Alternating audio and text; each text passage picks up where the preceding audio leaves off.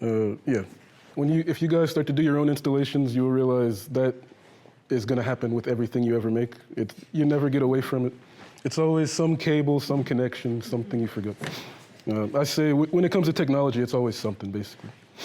So yeah, I saw people usually start these things by introducing themselves, like, why am I teaching this class? My website's not fully updated, so I'm gonna use my Instagram and show like some finished pieces I've done I've considered new media art. Back in like 2018 or so, I started making visual art for the first time, and this is like a couple examples of like, I just decided to do collage in Photoshop. And at the time I was making hip hop and I was sampling audio, and it felt like a very direct thing to be sampling images. And it was a very interesting break when I stopped wanting to sample, that I felt like I had lost this bridge between like the music practice and art practice. And I was always trying to figure out what's like the equivalent to what I want to be doing now. And I don't think I ever found it until this last year, 2024. In January 2024, I got the idea, well, I guess I got the idea in, I'll wait for this. I guess I got the idea in like November, and the actual exhibition was in 2024. But this was my first time making, well, new media art, or really any kind of exhibition at all. This is actually kind of the first time I ever threw an event, really. And for reasons that would be convoluted to explain, it just felt like the right thing to do at this time. And so this is like the first idea that I had of like, oh, I have this, I look at new media art all the time, and I think about these concepts. This is like the first thought I had of like, let me make a piece of new media art. And it's concept art, so there was no coding or anything. It's just a digital camera, and there's like wall text next to it that says, place your hand under the camera, look at the screen, and see your hand pixelated. And what's interesting is I didn't actually realize that when people read that, they expected some kind of like pixelation effect to happen. And the point was that these are pixels. Like, and the point is this digital image of your hand, is this a good enough replacement for your actual hand?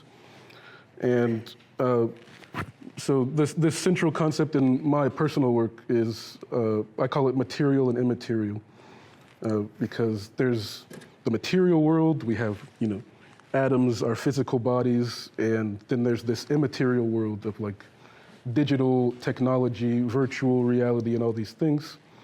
And for reasons that I'll probably go into later, our world is just rapidly going in the direction of immaterial.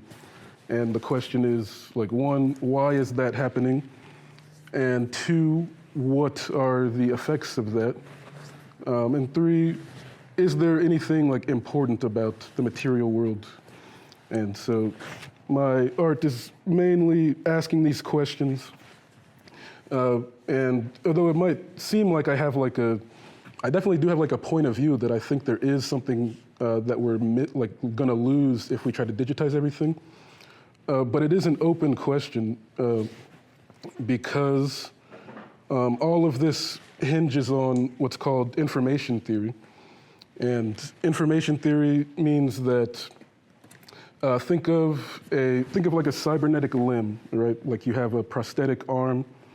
The reason why you can move that arm is that in some sense information is going from your body to this electronic component. So that means that to some degree information is independent. It doesn't have to be in a body. And so the question is, how far does that go? And that's basically all of sci-fi for the past however many years. It's saying, what's going to happen when we inevitably digitize everything? So this is the subject of my work. New Media Nashville, I started at the same time, and it's definitely figuring itself out, where right now it's kind of synonymous with me, but that's because I'm the only person running it, and I have help from friends, now help from some organizations. So like I said, it is figuring itself out, but there's like maybe 3 different things it could be, and we'll just have to see in a few years. But the primary thing I want it to be is there is an equivalent organization in San Francisco called Gray Area, and they basically, I wonder if they have pictures on here. Well, they got funding and bought a old movie theater in downtown San Francisco. I could probably see venue into. Yeah, so it's like a movie theater, and when it's they might everyone that has a space, you have to rent it sometimes, but mainly they host exhibitions, all tech art centric, music stuff, galleries, international artists, a yearly festival. They also do classes like this. This is my first attempt at building this part of it. And they'll have guest teachers about all types of topics all year round. And they also do their own fellowships where you could basically like a residency for an artist, as well as like an incubation kind of thing. So basically they are like an arts organization dedicated to new media art in this area. And because it's San Francisco, they probably get money from big tech to do that stuff. So this is, I think this started probably a couple of decades ago. So we'll see where new media can get in 20 years. So that's me and New Media Nashville. Scope of the class, this is screenshotted straight from the syllabus. And like I said, it is tentative, at least the touch designer part. The theory part is pretty much what I want to do. And the touch designer part depends on how much stuff makes sense in real time, basically. So we'll get to all that when we get to it. And this is the diagram of like the class. So if it looks complicated, it's kind of on purpose, but I'm gonna break it down right now, because the point of it is to show just how multidisciplinary this area is. And so when I started this diagram, I was trying to get across that what I do is not quite art, it's like also art, but there's also design and there's also engineering. And so what does that mean? I'll give some examples in a second. Design is like, whenever you have like an interactive piece, there's gonna be some front end that people are interacting with. And in tech, this is considered user experience design, like your websites, your mobile apps, even industrial design and things like this. There's a whole world of like design thinking that goes into how do you make an intuitive experience for the user. And then on the back end, we're using technology, so a lot of times you're going to be trying to push a system that to the limits of whatever it can do today, or you're going to have an idea that just doesn't have an already done version of it. So you're going to be having to engineer the things, and this is common across all arts, really. If you wanted to make your own pigments, that would be a process of engineering.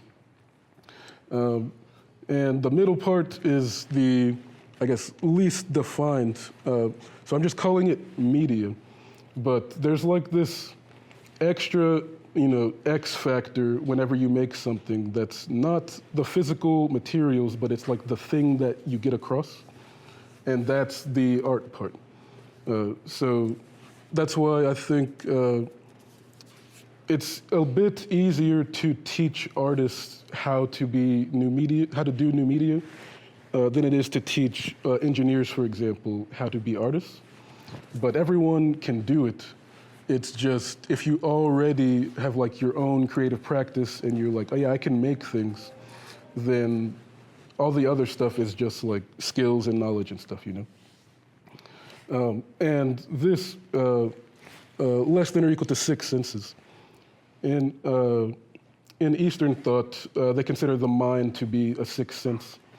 And so what I mean by this is essentially, if you want people to think about your work, then there are more and less effective ways to do that. And if you don't want people to think too hard about your work, then there are more and less effective ways to do that. So the idea is that in traditional art, you're kind of limited to just a visual experience. And the sort of beauty of new media, or like the why we would want to do it, is you just get to open up more of this experience. It could be visual and all the other 5 senses and conceptual. So it's really, the limit is really your imagination, which we'll find out later is a blessing and a curse. So now, some examples. This is the first thing I saw that made me think of that diagram. So I'll play this video and then explain what's happening.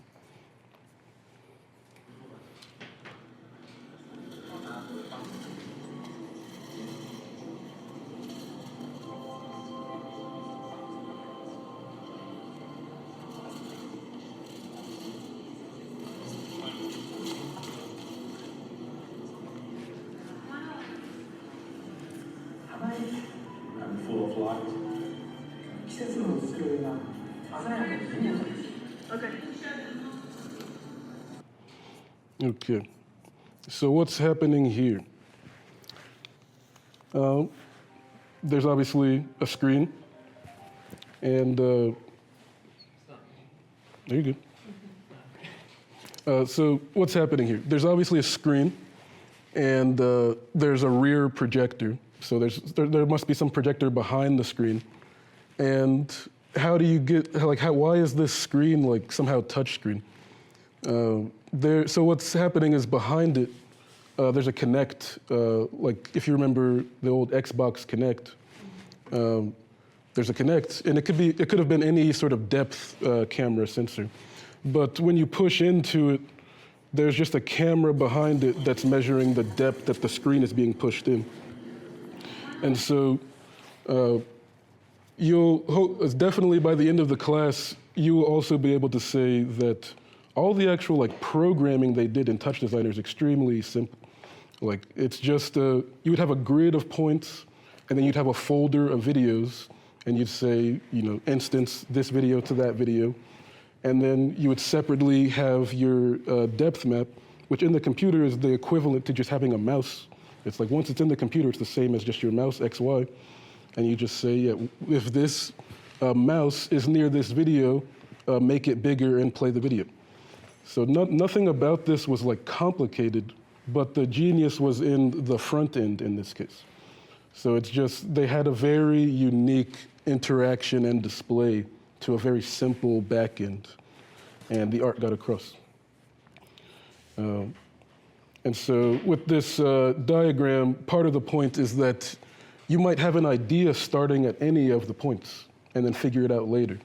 Like some people might be more front-end oriented and say, oh, I have this interesting idea for like an interaction, and then and then as you start doing it, you'll figure out the other stuff. Or if you're more technically minded, you might be like, oh, I specifically want to use this technique or this like new piece of technology, and then I'll figure out everything else after. And so the interdisciplinary nature of this makes it particularly hard to do as a single person. It is rare to be like, well, definitely not possible to be equally good at all these. So don't sweat that. And it's very common to like do this as a group or a team or a duo. That's way more common than solo artists. And so if you're thinking like fine art world, the most common scenario is to be like a front-end minded person and basically get funding to hire back-end people that will make it. Same situation of like big name sculptors will like make a maquette and then get it made by fabricators, So that's way more common in the fine art world. But for our purposes, you will have to do all of them because that's what I do. So here's another example. Let's see. is my, oh, here we go. Most common commercial application of this stuff is live stage design. So this is Childish Gambino's world tour.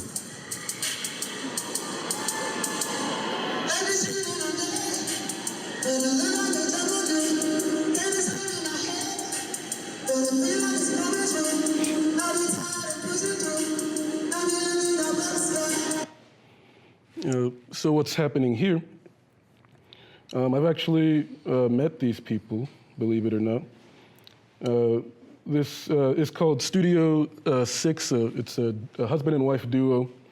And so they list the credits of this project, and all the way down here is the software and programming. They use Touch Designer. And so these are LED tubes.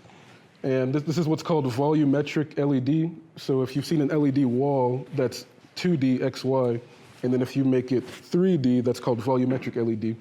So now you have to figure out in Touch Designer, how do I map what I want to happen into a 3D space? Like all the pixels are just in weird places, which you really just have to map it once. It's like kind of complicated, but only depending on like your how strong your computer is. Mostly you're working around like computer resources, but you can see them over here in the control bay. That's Touch Designer over there on this massive project. Let me see another one. This is sort of a mentor of mine. He made I guess let me just play this and I'll explain it after. Hello out there. Oh, great mystery. Please encourage the chat. Fill the ears and hearts of everyone in the galaxy with the sounds of...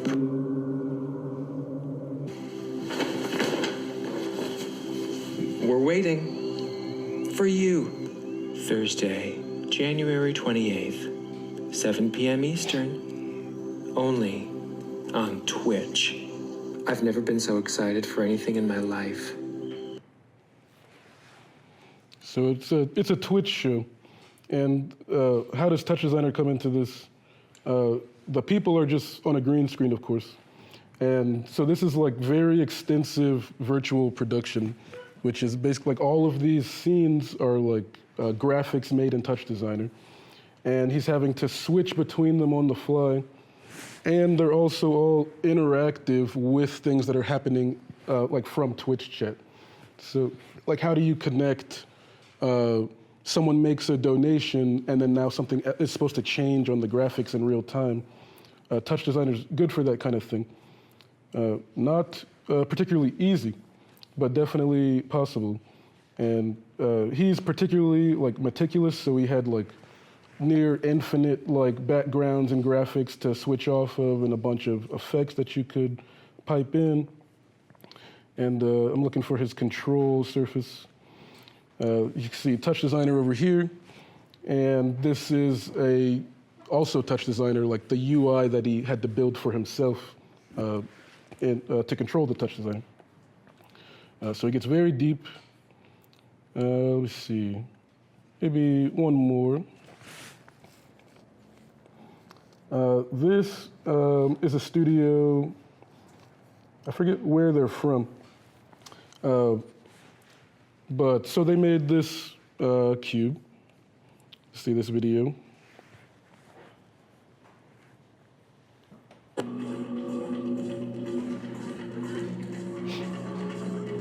And it appears to be touchscreen.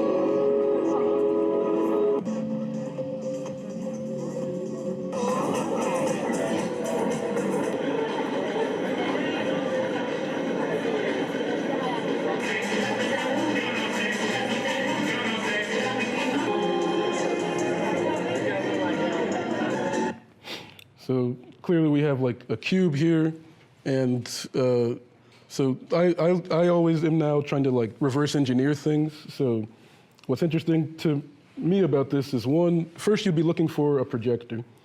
There's no projector. Turns out these are LED screens.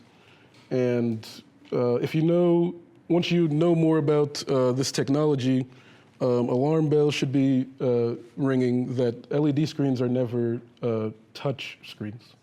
So how is it interactive? If you take a close look up here, there's some stuff over here. And that is what's called LiDAR. And LiDAR is a little rotating thing that has a laser shooting out the front. So you end up with this 360 ring of laser. And it could detect distance in a 360 range. And these are the things on top of Waymos.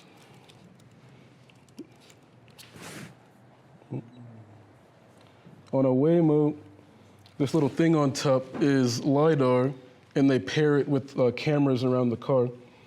And so LiDAR is, you could buy, and I did buy one cheap on Amazon. It's like $60.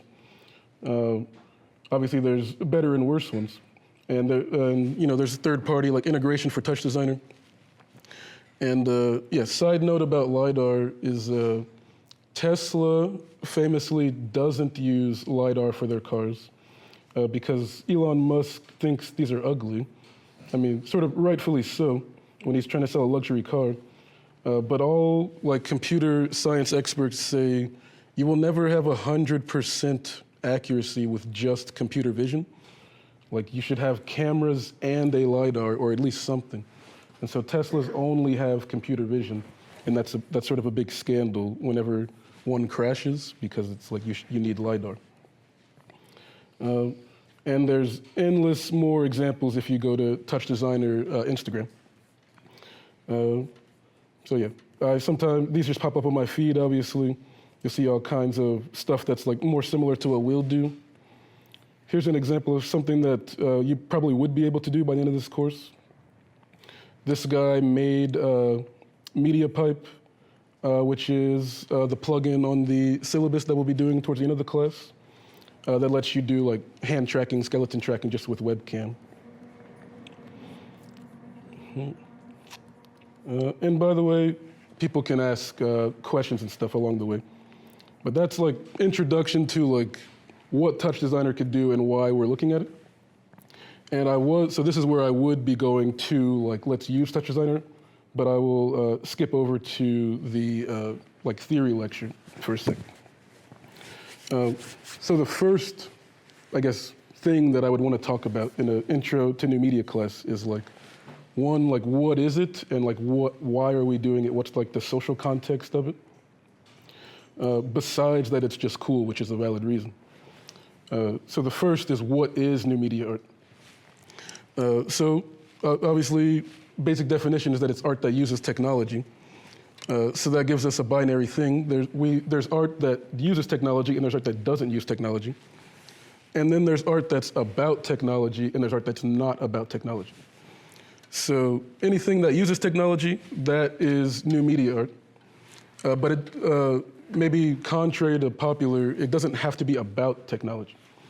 And so there's a ton of people that I know, or just a ton of people that exist that make art about technology, but they don't use technology. And there's nothing wrong with that. I just consider it a missed opportunity because the medium can inform the message way more than it is. And there's obviously most art doesn't use technology and isn't about technology. And I love that too and do that too, but that's just clearly not what new media is. And so the sweet spot to me is art that uses technology but is not about technology. And I will talk about both, but why it's the sweet spot is because then you're using technology for all of the reasons why you would make art in the first place. And it just opens it up to more avenues. Like the point of new media is literally to mean new mediums of art, like new mediums of expression that are suddenly arising or are new to you. And so that's what we'll be talking about, is the idea of like constantly innovating your medium. It is it's what I was starting to refer to earlier as a blessing and a curse. So new media art is art that uses technology. What is technology? We, by default these days, when we say technology, are meaning digital technology. But technology is just what humans do. Like an actual definition would be like application of scientific principles to make a useful object, or at least it doesn't have to be useful. It could just be application of scientific principles. And so stone tools are technology. Bronze Age tools are technology. In the Stone Age, this would be new media. We just learned how to work with stone. So an artist decided to make a stone sculpture. That is a new medium. Bronze Age, we just learned how to smelt metal and make alloys. Let's try that cool bronze stuff for sculptures. Maybe it'll be more durable than the other stuff we were using. Pigments. This is interesting because nowadays we just buy paint in tubes, but before it had to be made, and today it's still made in a lot of the same ways, but these are all like minerals and things that you find in nature. And I picked this picture because I was just watching a documentary the other day about color, and it started talking about blue paint. It comes, this particular like ultramarine blue came from this mineral called lapis lazuli. And lapis lazuli at this time was more valuable than gold because it was very hard to make, very hard to find. And so it was restricted to, it was like mainly used as like a display of wealth and to like venerate like saints and holy figures in these types of paintings. And think of at this time, before we had the technology or like the civilization to be able to acquire ultramarine blue, and then suddenly it's available, blue painting is a new medium. And that's how you get contracted, at the Vatican to paint the ceiling with this a very expensive paint that only the Pope would have access to, right? So in my personal practice, I'm like very interested in material science recently. So when I say new media is an application, or like technology is just an application of science, there's way more than computer science. So we're going to be using computers, but just know that there's a whole world of material science and chemistry and biology, and I'll show examples of those too. But since we are at the computer age, let me show a couple examples here. If the sound we want exists already in real... This, Delia, I know her because she made the Doctor Who theme. And I thought I remembered seeing a video of her like explaining how she did it, but this was like the closest and shortest that I found. So I'll let it play, it's like a minute. If the sound we want exists already in real life, say, we can go and record it. And then the sound for the punctuating chords, I want the sound of a short wire string being plucked.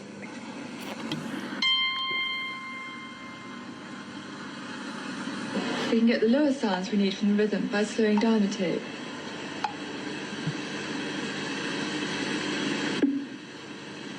And the higher sounds by speeding up the tape. And then all we have to do is cut the notes the right length. We can join them together on a loop and listen to them. And then with the higher notes of the rhythm, again we join them together on a loop and play it in synchronization with the first tape.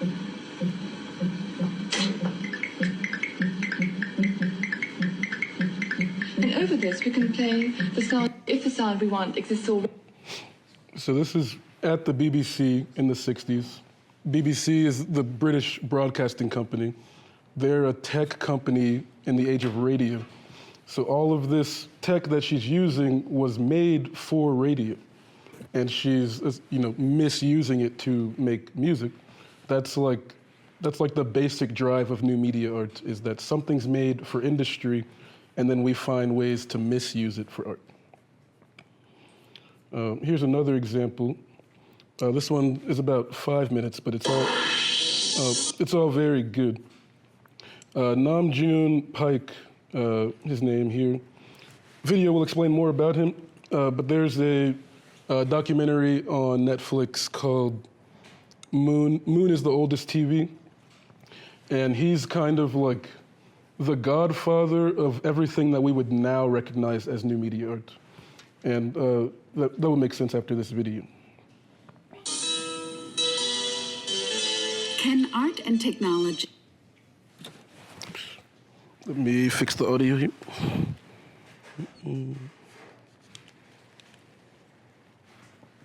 This was a question that Korean artist June Paik spent much of his career exploring. Paik had a uniquely global view of the world for his time. Born in South Korea in 1932, he went on to live and work in Japan, Germany, and the United States. Travel at the time was difficult and rare, but Paik saw tech as a way to open up the world and share art beyond borders and cultural differences. Here are 5 times June Paik predicted the future. 1. The Internet. In 1974, Paik proposed building a network of electronic superhighways using satellites, cables, and fiber optics to connect faraway cities. We could hold conferences between people in different locations via color video. It would become our springboard for new and surprising human endeavors. While others before him had suggested a digital network, Paik was the first to predict an internet that would be used for communication. 2. Video as art. For his first art exhibition in 1963, Paik showcased a dozen manipulated TV sets. It was the start of his fascination with electronics. Paik started to play with the latest gadgets and was one of the first artists to use TV and video. He built TV robots, TV walls, made his own synthesizer, and broadcasted live events. Good evening tomorrow. Hello, everyone. This is my friend, Misha. His groundbreaking work showed the possibilities of videos in art and paved the way for future artists.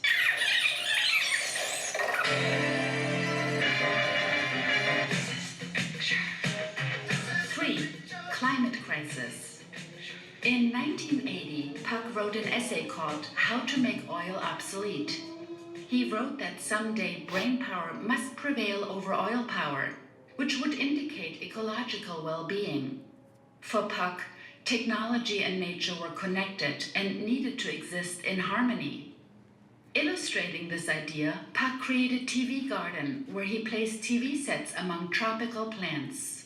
Many people had thought that television is against ecology, but in this case, television is part of ecology. 4.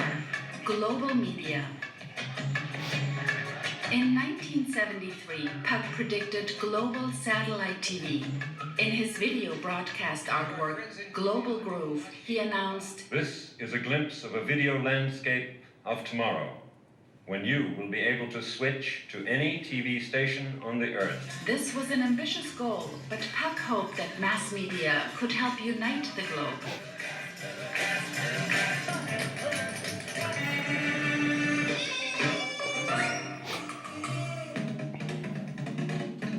15 years later, his final video broadcast, Wrap Around the World, was aired to 50 million viewers in 10 countries, from the United States to Japan. 5. Smartphones. In 1974, Paik wrote that one day there would be a mixed media telephone system for 1001 new applications on which you can make video calls, watch TV, go shopping, and even get a health check. Paik believed that tech would give us all the chance to make and share art.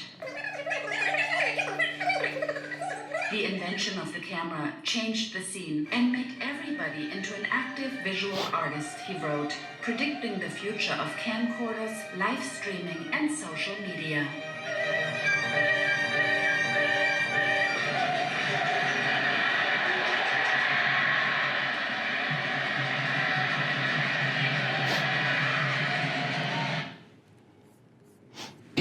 Caveat I will make to that is that I think depicts it too much like that he was critiquing tech way more than they made it seem. Well, in my only reference is the full documentary. But in the documentary, I had that experience where I'm like, oh, really, nothing is new. Because he's saying like my exact philosophy, but just in the 70s. And he had quotes about like, he uses technology because he needs to know how to hate it properly. Like, you can't just hate it, you have to understand how it works. Or I have this thing about transparency, about like wanting to see how the system is working instead of it being like hidden underneath this like surface. And he said he wanted to show people that the technology is being controlled. Yeah, some of these photos aren't working. Maybe I can Google them when I need to. So this is getting into like what is new media art like in the fine art world. And photography is like the classical new media art.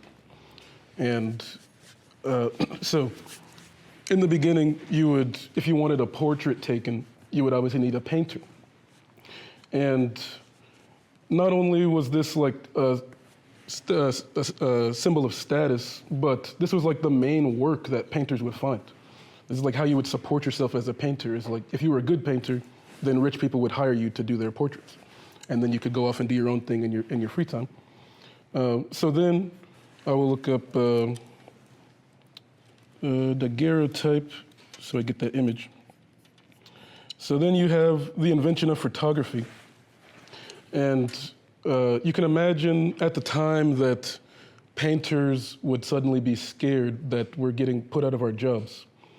So analog photography is practically a chemical miracle that people figured this out. And there's a million ways to do it, but essentially through some application of chemistry, you end up with a light-sensitive material. And then if you have an apparatus that brings in the light of what you want to capture, and then have the light-sensitive material on the back, you'll end up with the image captured on the substrate. And so once you do that, you don't really need this anymore except for effect, right? So yeah, you can imagine painters saying that we're getting put out of our jobs. But then painting gets freed from having to do what we would now call photorealistic and starts to become abstract. And then photography also becomes its own fine art. And I double-checked my math. Monet was born like in the same decade as the daguerreotype was invented. And so it's pretty likely, or it's not unlikely that he was reacting to this. And so instead of becoming like, instead of trying to be photorealistic, now he's trying to paint the emotion of the image more realistically.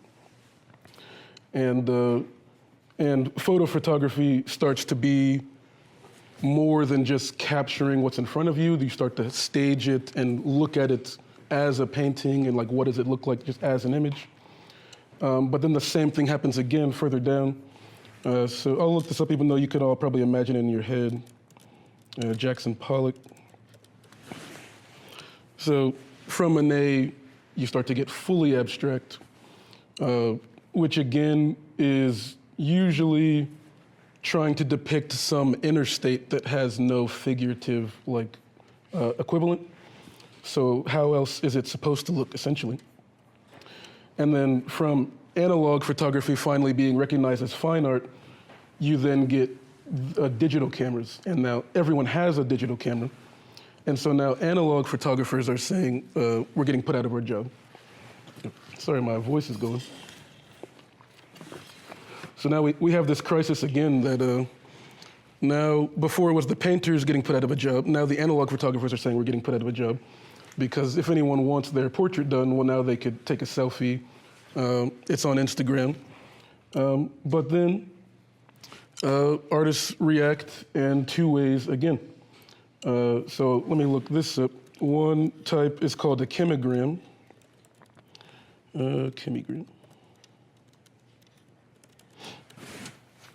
And a chemogram is going back to analog photography, but instead of capturing an image, you're interacting with the chemistry directly. So whatever, you just know whatever like the chemical substrate is made out of, and you start adding stuff to it that's gonna affect it, and you get abstract images. And I chose this image because it basically looks a lot like a Jackson Pollock. And you could see the overlap that now photography is having dialogue with painting. It's wrapped back around.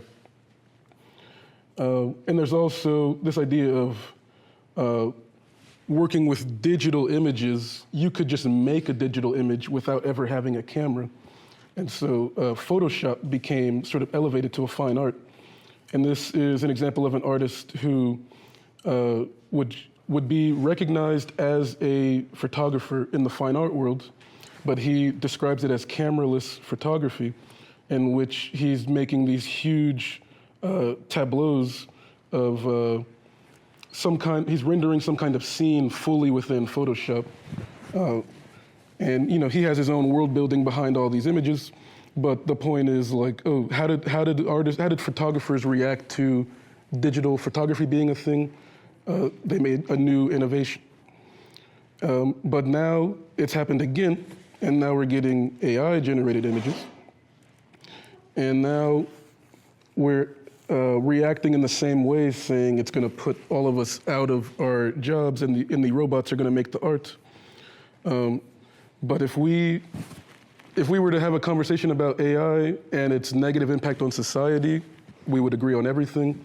But I fully disagree with the idea that AI is going to ruin art, or that AI-generated stuff can't be art. It's just happened too many times before for me to think that. There's going to be new reactions to it. There's going to be new media to explore. There's going to be good and bad applications of it. And so I use this as an example to say photography is one of the earliest examples of like a technology innovating art media, and it's going to keep happening. And it doesn't mean you stop painting. It means you start having a dialogue with all of the media at the same time. So what does our modern technology look like? This is where it starts to get interesting, because under normal circumstances, we would have no reason to like pay attention to any of this stuff, because speaking from personal experience, all of this stuff just sounds complicated, and I just know someone's doing it somewhere. But I start to get excited about it when I think about it as like, oh, what if I could use it in an art project one day? Like, what would it be like to use a quantum computer to do something? So there's some videos behind this, but basically where technology is going, we have, this is AI. I'll get to that one in a second, because it's a bit of a longer video. But then 3D printing is a big thing. I know a few people in this room do. Gene editing, that's going to be a fun one. Brain-computer interfaces. And by the way, all of these have obvious pluses and obvious negatives. And to me, the point of new media art, or one of the points of new media art, the side that's about technology, is having this cultural dialogue about how these technologies should be used, what they should be used for, what kind of bad outcomes might happen that we should mitigate against. And yeah, what if these technologies were developed outside of just the profit incentive? Because left to the market, we're just going to get whatever version is profitable, and that might not be the best world for everybody. So the elephant in the room is AI. And so this is like eight or so minutes explaining what we're actually dealing with in today's version of AI. And hopefully you'll get ideas about all the cool ways in which it could be used, as well as some of the more dangerous applications in which it could be used. The specific thing is called the transformers, was the model that got invented. It's actually very simple. You can write in around 200 lines of code. Is that you can start to treat absolutely everything as language. So, you would take like the text of the internet, the way these things are trained is that you would sort of take a sentence, remove some words, try to predict those words, or predict the words that come next. But it turns out you don't just have to do that with text. This works for almost anything. So you can take, for instance, images. Images you can just treat as a kind of language. It's just a set of image patches that you can arrange in a linear fashion, and then you just predict the part of the image that's missing, or predict what comes next. So images can be treated as language. Sound, you break it up into little microphonemes, predict which one of those comes next. That becomes a language. fMRI data becomes a kind of language. DNA is just another kind of language. And so suddenly, any advance in any one part of the AI world became an advance in every part of the AI world. You could just copy paste, and you can see how you get an influx, not just of people coming in, but that advances now are immediately multiplicative across the entire set of fields.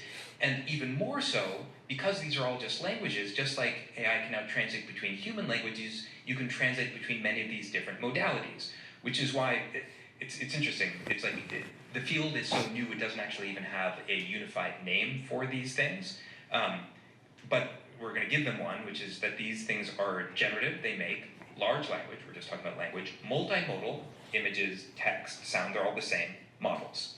Or for short, these are golems. And golems, because in the Jewish folklore, the idea of these inanimate objects that suddenly gain their sort of own capacities, right? Emergent capacities that you didn't bake into the inanimate clay that you might have arranged, right? Not saying that they're agentic and doing their own things out in the world and have their own mind and have their own goals, but that suddenly this inanimate thing has certain emergent capabilities. So we're just calling them golem class AIs. All right, let's give you some examples. And I think these are important because often if you're just reading the news or reading papers, you might see all of these different demos as fundamentally different demos, different papers, different research, but actually you should see them all as essentially one mega demo. So let's go with this example. You've probably all now seen DALL-E, DALL-E 2, the music video, the ability to take human language and transform it into an image. So we'll just do a simple example. Because I particularly like it, Google Soup. You can translate it from language into image, and this is what the AI returns. And actually, the reason why I want this image in particular is that I think it helps you understand when people call these things just stochastic parrot, it really minimizes it in a way that's not quite right. So, example, soup is hot. This mascot is made out of plastic, so the AI knows that plastic melts in soup, so it's melting. And then there's this incredible visual pun, which is the yellow of the mascot matches the yellow of the corn. So there's actually there's more here than just sort of like statistical contingencies. Or if you just call them statistical contingencies, you'll sort of like match the wrong thing in your mind. Let's go to another one, right? Again, this is another example of translation. So here, they took human beings, they stuck them into an fMRI machine, and they showed them images. And they taught the AI, I want you to translate from the readings of the fMRI, so how blood is moving around in your brain, to the image. Can we reconstruct the image then? The AI then only looks at the brain, does not get to see the original image, and it's asked to reconstruct what it sees. Right? So when you dream, your visual cortex sort of runs in reverse, so this means certainly in the next couple of years we'll be able to start decoding dreams. Okay, so it can reconstruct what you're seeing, but can it reconstruct what you're thinking, your inner monologue? So here they did it's a different lab, but roughly the same idea. They had people watch these videos and would try to reconstruct their inner monologue. So here's the video. It's this woman getting hit in the back, getting knocked forward. Okay. And then what did the AI reconstruct? I see a girl that looks just like me, get hit on the back, and then she's knocked off. So just to really name something really quickly, the point about differentiating between Siri or I do voice transcription and then it kind of fails, and AI seems to it's not really always growing or working, and we shouldn't be really that scared about AI because it always has these problems, right? We've always been promised, AI is going to take off, it's going to do all these things. What the point of this is, I hope you're seeing that when you're just translating between different languages and everyone's now working on one system, that the scaling factor and the growth is changing in a very different way. So we swapped the engine out of what's underneath the paradigm of AI, but we don't talk about it in a different way because we still have this word we call AI, when the engine underneath what is representing that has changed. Also really important to note here, go back to that first law of technology. You invent a technology, you uncover a new responsibility. We don't have any laws or ways of talking about the right to what you're thinking about. We haven't needed to protect that before. So here's one other example. Another language you could think about is Wi-Fi radio signals. So in this room right now, there's a bunch of radio signals that are echoing about, and that's a kind of language that's being spit out, right? And there's also another language that we could put a camera in this room, and we could see that there's people. And there's some algorithms already for like looking at the people and the positions that they're in. So imagine you hook up to an AI, sort of just like you have two eyeballs, and you sort of do stereoscopic vision between two eyeballs. You have one eyeball looking at the images of where everybody's at in this room, how many people are here, what posture are they in. And you have another eyeball plugged into the AI that's looking at the radio signals of the Wi-Fi. And they basically said, could we have it train a bunch looking at both and counting the number of people, the postures that they're in, and then we close the eyeball to the AI that's looking at the image. So now we just have the radio signals. And just having Wi-Fi radio signals, you can actually identify the positions and the number of the people that are in the room. Right? I'll stop it there. There's a couple other examples, but the point is that you break anything down into a string of numbers, and then it becomes a language, and then you could just translate from any language to any language if you have enough data of each. And when I first saw that, the first thing that blew my mind was the mind reading thing, of like, that's not science fiction. You just need enough data of either one, and you could start doing it.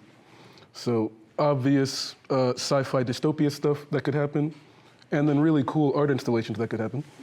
And my life is right in the middle of that being the reality. Let me see. I think there was either one or two I could show you. Let me show this one. World's smallest. Let me restart. Built the world's smallest autonomous robots, smaller than a grain of salt. These microscopic machines are roughly the size of a single-celled organism, measuring just 210 by 340 micrometers. Each one carries an onboard computer, temperature sensor, memory, and solar cells. They propel themselves by passing electric current through tiny platinum electrodes, nudging ions in the surrounding fluid to create thrust without any moving parts. Researchers program them using pulses of light, and the robots communicate back by wiggling encoded patterns that transmit data. In experiments, the robots autonomously navigated toward warmer regions by sensing temperature changes and adjusting their own behavior without human input. The smallest fully autonomous robots have been stuck at around 1 millimeter for over 20 years. Going smaller meant sacrificing onboard computing, sensing, or programmability. This work finally breaks through that barrier with a 10,000-fold reduction in volume. At scale, each robot would cost roughly a penny to produce. The technology could eventually enable machines that monitor individual cells, deliver drugs to precise locations, or perform microsurgery. For the first time, robots can operate in spaces previously reserved for single-celled organisms. If you want to stay in the loop with the latest in AI and robotics, one of my favorite things was the comments. Top comment, great. I can 100% totally imagine that is gonna be used for good and moral purposes. Again, this is to me like why, or I forgot to mention earlier my interest in this class, which is I want to grow the new media scene in Nashville. One, just because it's cool and I like it, but two, because this is to me an important cultural conversation that all of the people that should be in it are not in it yet because they're not engaging technology itself. And so all of the current people that know enough to be able to do cool stuff like that are stuck inside of profit incentive. And so all of our technology is being made for this one purpose. And in my view, we're just gonna end up getting the worst version of all of it unless we have more of a dialogue with other people also, not just using technology. And hopefully I can explain this better in I think it's week 3 or something when I say technology as a medium. But I don't just mean using technology, but I mean making technology itself as an art. It is the medium itself, make a piece of technology. And I'll show you first an example of my work that is art that uses technology and is about technology. This is called voluntary behavior modification. And that might be, you can't really see that. But what's happening is nothing fancy. It's just like a camera feed of the person standing in front of it and then some video effects. But the point is that social media, the business model is to get you to change your behavior. Like that's what makes them $1. And the insidious thing about it is that they don't force you to change, they make it pleasurable for you to do that. So they make you voluntarily change your behavior by making it pleasurable.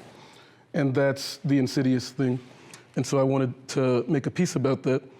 And it was sort of a joke or something to everyone that saw it, because at first they would just see the screen, walk up and start dancing like this or doing something just because you're seeing yourself. And then they would read the wall text that says exactly what I just said. And they're like, oh, it just happened right now to me just now, you know? And so I think that's the power of using technology for a message like that, because the medium itself is informing the message. And if I just wrote something about that, we've all read articles about that, or if I just made a static image about that, it might be powerful in some other sense, but it doesn't have like the experiential factor of like experiencing it happening to you in real time. And this is an example of art that uses technology, but is not about technology. This is an installation I did for Artville this past September. The fear of being perceived is a paradox of modern existence. To be seen is to risk exposure, yet to hide is to suffocate in sameness. Self-reflection slips easily into narcissism. When the mirror becomes endless, a hall of surveillance echoing a panopticon. Sexual anorexia and avoidance of intimacy emerges as the body internalizes this gaze, retreating from the vulnerability of touch. Under constant watch, whether by others or by one's own fragmented reflection, the possibility of connection collapses into self-policing. What remains is the hell of repetition, being endlessly observed, endlessly mirrored, yet never truly known. So this is a box that you can walk inside of. The walls are made of one-way mirror, which is whichever side is brighter becomes reflective, and the other side you can see through. And the point of it was that while you're on the inside and you want this cool infinity room effect, you have to accept being perceived. Everyone on the outside can see you having this experience, and you can't see them. And there's a button in here called panic button that says if you don't want to be perceived, you can press this button, and all the lights turn off, and there's no more infinity mirror. You can see out, and everyone else can't see in now. They just see their own reflection. And so I think of this as, it's a prototype of what would be technology as an art piece. This would be like a piece of technology where its function is to help the users overcome this barrier, their fear of being perceived. And so it's like, what would the world look like if you could make technology for these kind of purposes instead of it always having to be a profitable thing? And this is what I mean by technology as the medium and not just the method, although both are valid, right? Like this is technology as method, but this is technology as medium, like inventing a piece of technology that does a thing that you want. And this is a joke that I love. Is you ever watch stuff like Harry Potter or any sort of series where there's a fantasy school and it's supposed to be like real life where kids goof off in class, and you watch it and you're like, dang, if magic were real, I would try to learn every spell. Like, what are they doing? And my point is that in that world, there is a study of magic where you have to read these books that explain how it works. And that's exactly what our world is like. It's, it's just computer science and material science and biology and things.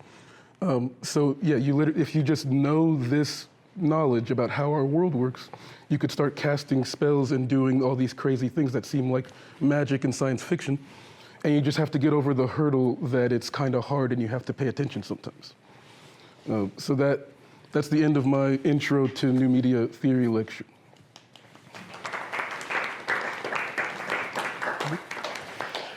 This is actually, timing's going pretty well. We could take like 5 to 10 minute break and then come back and start looking at touch designing.